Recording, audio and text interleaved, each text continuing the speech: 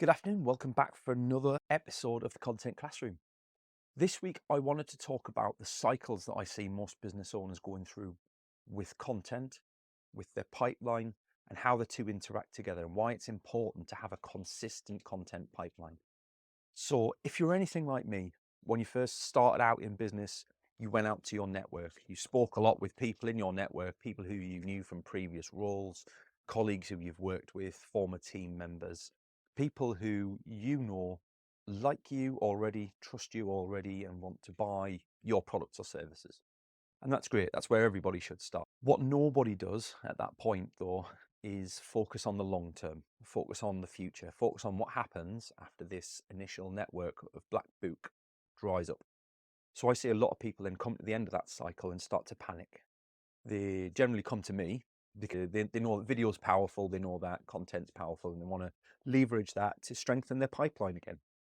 Unfortunately, the conversation I have to have at that point is, look, this should have been something you did 6 months ago to be seeing results now, solid results, good results, qualified results. When you start on video content or any kind of content, the likelihood is there's not a lot of content out there. What it generates is initial interested people who you need to qualify really hard. So I end up turning quite a few people away because they're adamant they want leads right now and they think they can. A lot of business owners then go and move on to what they're told is quick wins, things like SEO and pay-per-click. Newsflash, one, pay-per-click. Pay-per-click is very expensive compared to what you think it will be. There are people who'll do it for less. However, pay-per-click can rapidly get very expensive if you have somebody who doesn't know what they're doing, and the good people cost a lot of money. So it's out of the question for a lot of small businesses. You can dabble at it, you will see some results, but consistency is going to be really hard. And it's not like you can just set it up and let it run. Like, it needs constant tweaking and refinement and testing and variation. It's a full-time job. And SEO is very similar to content, right? It's part of content. Content's part of SEO. It takes a long time to build that trust with the wider internet, with Google and whoever. So people again expect quick results from SEO, and they'll plow a lot of money into it over a short period of time.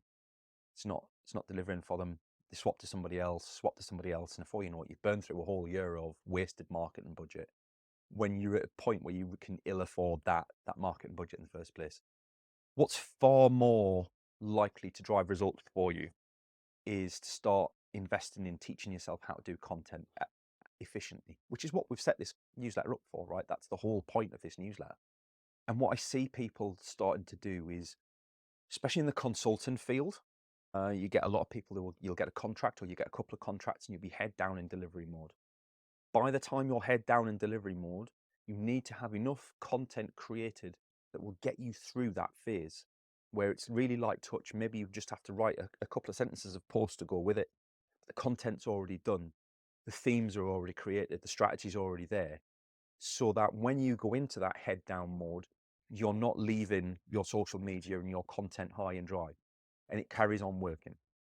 And this is the beauty of content, is it can help consultants and contract workers, freelancers, to become more efficient and to be working their network whilst they're in that hard period of time where they just need to be delivering for their current clients.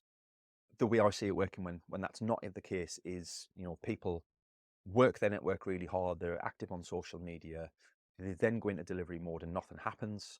6 months down the line, that contract comes to an end, they come back out the other side, and it all has to start from scratch. It's very hard restarting that engine from scratch again. You've got to remember what it is you were doing, figure out whether that's still relevant to you now, adjust your messaging, get some content recorded, get some content created, get some blogs written, get yourself to a speaking event, all those sorts of things. That's made much easier when you've already got light touch content going out, because you're already still engaging with your audience and network. And the likelihood is that when you come out the other side of that development time, that heads down time, you might only have 2 or 3 months before your next opportunity converts into paying work, because you've still been in touch with and top of mind for all the people in your network and your audience during that time. So if you're a consultant or a freelancer, I can't stress how important it is to be efficiently creating content during your downtime.